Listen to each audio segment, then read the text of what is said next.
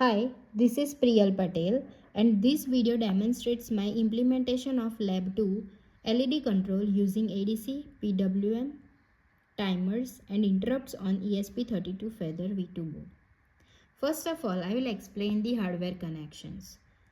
I am using ESP32 Feather V2 board. External LED is connected which is configured as PWM output. GPIO27 is configured as PWM output pin. GPIO27 is connected to the 220 ohm resistor. The resistor is connected to the anode of the LED pin.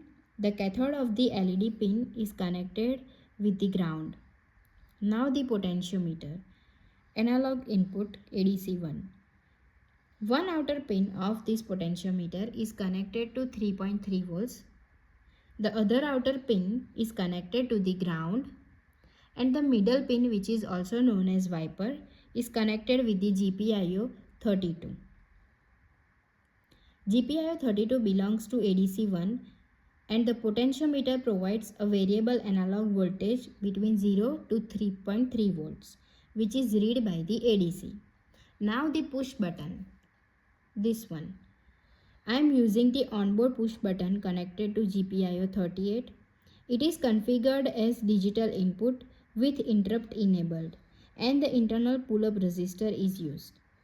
This button is used to toggle between the frequency operating mode and duty cycle operating mode. Ground connections. The LED ground is connected to the potentiometer ground and then both are connected to the breadboard ground rail. The ground rail is then connected to the ESP32 ground. This ensures that all components share a common ground reference. Now, before demonstrating the LED control behavior, I will be showing you my screen to demonstrate the RTC initialization. So when the program starts,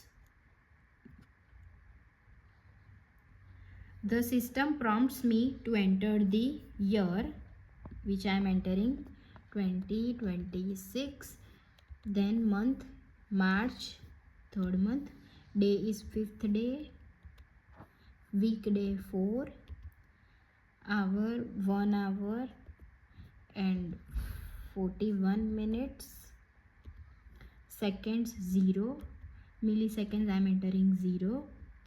Now here we can see that RTC is initialized and the system is ready.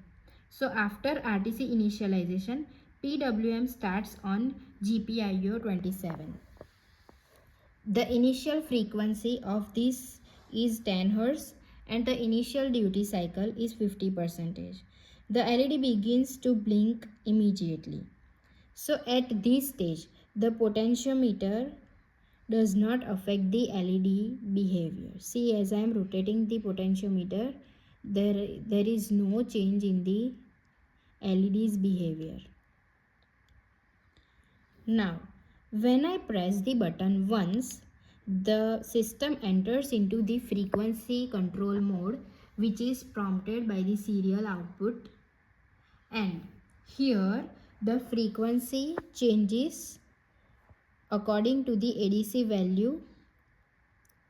The ADC value is scaled and used to adjust the PWM frequency. Here the duty cycle remains constant at 50%. So as I rotate the potentiometer, the blinking speed of the LED changes.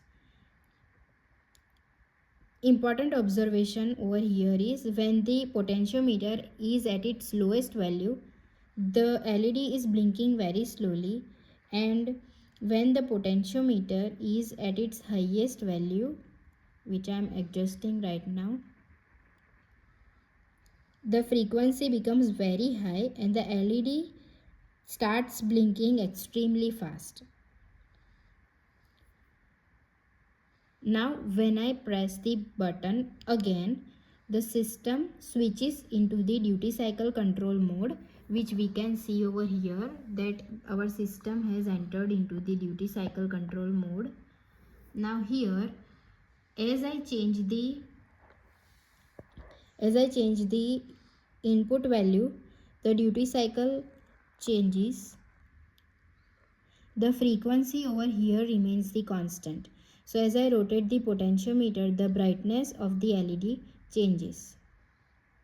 Now important observation over here, when the potentiometer is at its lowest value, see, the LED appears to be off because the duty cycle approaches 0%.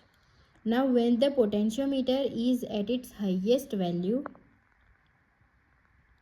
the duty cycle approaches 100% and it seems that LED is fully on. Blinking is not noticeable at its highest value because the signal remains high most of the time. But when I set it to the center, we can notice the behavior. Blinking is there, but the brightness is changing. Hence, to summarize, the push button toggles between frequency and duty cycle control mode. The potentiometer controls only one parameter at a time. Extreme ADC values may make changes visually less noticeable, which is expected. RTC operates independently in the background. See, at every 30 seconds, the current date and time are printed. Here 1 hour 44 minutes and 0 seconds, then 1 hour 44 minutes and 30 seconds. Now when I press the button again, the system enters into the frequency control mode, which is seen on the serial output of Thony. And see, as I rotate the potentiometer, the frequency changes. Now when I press the button again, it enters into the duty cycle mode. So this is how the operation modes are toggling. All functionality is implemented using hardware timers and interrupts, and RTC is operating in the background independently. This completes the demonstration of my lab 2 implementation. Thank you.